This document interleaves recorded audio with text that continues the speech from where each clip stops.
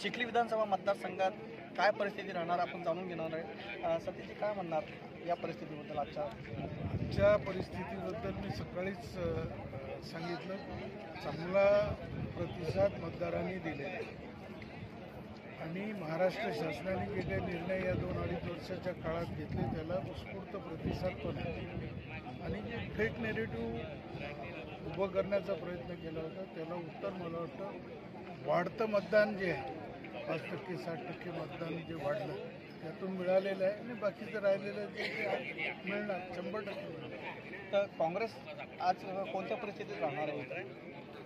चिखलीला पराभूत होतील 100% पराभूत होतील, म्हणजे मला विश्वास आहे, ठाम विश्वास आहे। तर बघू शकता की काँग्रेस इथं पराभूत होणारे 100%। तर इथं ज्येष्ठ पत्रकार म्हणून पण आहे सुधीरजी नेके, आपण त्यांचे पण इथं विचार घेऊया। काय म्हणतो सुधीर भाऊ?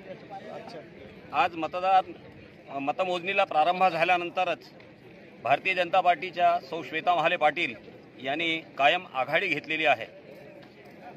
गेल्या 5 वर्षामध्ये त्यांनी मतदारसंघाकरता केलेली अनेक कार्य आहेत, ज्याचा फलस्वरूप त्यांना यावेळेसचा विजय मिळेल असा कार्यकर्त्यांचा नक्की उत्साह आहे आणि कार्यकर्त्यांना विश्वास देखील आहे। सकाळची मतमोजणी पाहता एकूण कल श्वेता महाले यांच्याकडे बळतो आहे।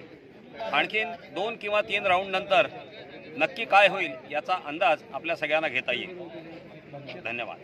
एकंदरीत आपण बघितलं तर महाराष्ट्रात महायुतीनं आघाडी घेतलेली आहे। बऱ्याच ठिकाणी महायुतीनं अचंबित करणारे असे निर्णय येणार आहे महाराष्ट्रातून, तर बुलढाणा जिल्ह्यातूनही असेच निकाल समोर येणार आहे। चिखली मतदारसंघात यावेळेस पुन्हा श्वेता महाले जे भाजपचे उमेदवार आहेत त्यांनी आता आघाडी घेतलेली आहे, पण मार्केटमध्ये आणि सट्टा बाजार जो होता त्याच्यात काँग्रेसचे जे उमेदवार आहे राहुल बोंद्रे यांना आघाडीवर दाखवली होती, परंतु आज जेव्हा निकाल आला मतदारांनी जो कल दाखवला तो कल पूर्णपणे भाजपच्या दिशेने जाताना दिसतोय। चिखलीहून मी योगेश शर्मा, सुदर्शन न्यूजसाठी नमस्कार।